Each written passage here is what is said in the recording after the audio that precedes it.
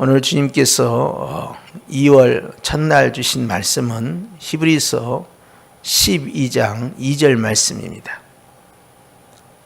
주님이 주신 말씀의 시작이 믿음의 주요라고 되어 있습니다. 예수님에 대한 아주 짧은 명제인데요. 예수님은 우리의 믿음의 대상이 되시고요. 그리고 믿음의 주인이 된다 하는 것입니다. 우리가 믿어야 할 대상이면서 우리 안에 이 믿음을 주관하시고 주장하시고 그래서 주인으로서 역사하시는 예수님이신데 예수님께서는 또 이렇게 표현되어 있습니다. 온전하게 하시는 이라고 되어 있습니다. 무엇을 온전하게 할까? 믿음을 온전하게 한다는 겁니다. 예수님은 믿음의 주인이면서 우리의 불완전한 믿음, 흔들리는 믿음, 이 믿음을 온전하게 만들어주시는 예수님이다. 이런 뜻입니다. 하나님에 대한 믿음이 연약해질 때 우리의 말씀의 신앙이 약해질 때 환경 때문에 내 앞에 있는 현실 문제 때문에 눈에 보이는 것 때문에 귀에 들리는 것 때문에 우리의 마음을 온전히 세우기 어려울 때가 많이 있지요. 그럴 때마다 우리 안에 믿음의 집을 견고하게 세워주신 온전하게 세워주실 튼튼하게 세워주실 분은 누구신가? 바로 예수님이다 하는 거예요. 그래서 여러분 우리는 로마서 말씀에 보면 믿음은 하나님의 말씀을 들음으로써 믿음이 자라난다는 걸 알고 있습니다. 말씀이신 예수님이 바로 우리의 믿음의 근원이고 연약한 우리의 믿음을 흔들리는 우리의 믿음을 온전하지 못한 우리의 믿음을 세워주시는 분이다. 그렇기 때문에 하나님께서 우리에게 주시는 귀한 이 믿음이라는 선물을 온전케 하기 위해서는 우리는 어떻게 해야 되느냐? 그건 예수님을 바라봐야 한다 하는 것입니다. 사도 베드로는 갈릴리 바다에서 예수님께서 오라 하시는 말씀을 하실 때 배에서 뛰어내립니다. 그리고 예수님 향하여서 담대히 걸어갑니다. 그런데 채 몇 걸음 걷지 못해서 바람과 함께 풍랑이 강하게 일어나니까 그 거친 파도를 보고 온전한 믿음이 아니라 연약한 믿음, 견고한 믿음이 아니라 흔들리는 믿음을 가지게 됩니다. 눈에 보이는 거, 귀에 들리는 거 무섭지요. 두렵지요. 그리고는 그의 믿음이 약해짐으로 말미암아 자신의 발이 물에 빠져 들어가고 말았습니다. 베드로가 눈에 보이는 파도도 보지 않고 귀에 들리는 바람 소리도 듣지 아니하고 예수님만 계속 바라보면서 걸어갔더라면 얼마나 좋았겠습니까? 그러면 그는 물 위를 걸어가는 기적을 체험하는 주인공이 되었을 것입니다. 아무도 그런 일을 한 사람이 없었잖아요. 그런데 예수님만을 보지 않고 예수님도 봤다가 현실도 봤다가 예수님도 봤다가 상황도 봤다가 예수님도 봤다가 내 형편도 봤다가 하다 보니까 믿음이 약해져 버린 거예요. 두 마음을 품은 자는 주님께 무엇을 얻을 수 없다 하셨으니 그 연약한 믿음은 물에 풍덩 빠진 것이죠.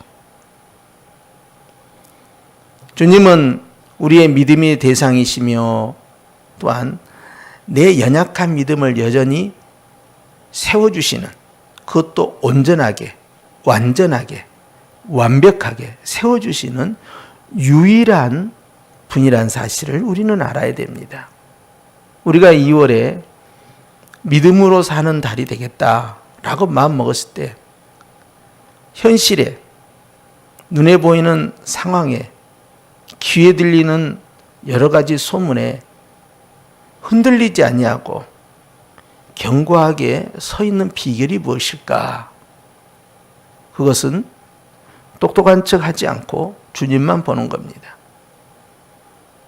합리적인 척 하지 않고 주님만 보는 겁니다. 많은 정보가 오히려 내 마음을 무너뜨리는 거예요. 이 말 듣고 저 말 듣고 이 소리 듣고 저 소리 듣고 이것도 보고 저것도 보고 내가 알고 있고 확인하고 있다고 해서 내 믿음이 견고해진 게 아닙니다. 오히려 내 마음을 흔들어 댈 뿐이에요. 마음을 견고케 하시는 분은 예수님이죠. 마음의 믿음을 튼튼하게 세워가시는 분은 예수님이죠.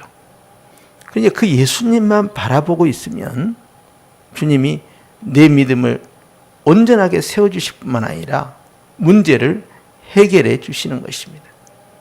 이것이 예수님을 바라봐야 할 분명한 이유가 되는 것입니다. 예수님을 믿는 사람은 예수님만을 바라봐야 합니다. 그래야만이 그 믿음이 온전한 믿음이 될 수가 있어요. 그러면서 심지어 예수님도 이러한 시험을 받으셨다. 그 다음 말씀에 보니까 예수님은 그 앞에 있는 기쁨을 위하여 십자가를 참으다. 현재의 모욕과 조롱, 고통과 괴로움 이것을 참으셨다는 거예요. 미래의 기쁨을 위해서 현재의 십자가를 참았다. 그리고 부끄러움을 개의치 않으셨다.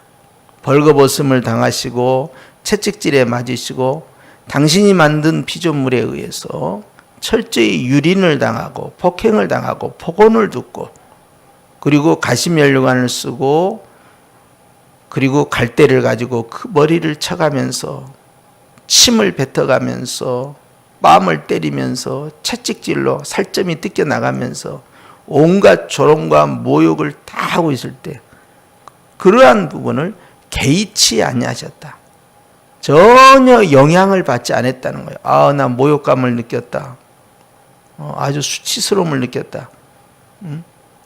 이거 완전히 이게 인격 살인이다. 내가 이렇게까지 해야 되나? 뭐 그런 걸 개의치 않은 거예요. 무슨 말을 하든 무슨 행동을 하든 어떻게 하든 전혀 신경 쓰지 않은 거예요. 예수님이 친히 그렇게 하셨다는 거예요. 믿음의 주인 되신 주님은 오직 하나님 아버지를 바라보는 믿음을 우리에게 본으로 보여주신 것입니다. 그리고 하나님 보좌 우편에 앉으셨다. 궁극적 승리를 하셨다는 것이죠. 그렇기 때문에 우리에게도 동일한 것을 요구하십니다.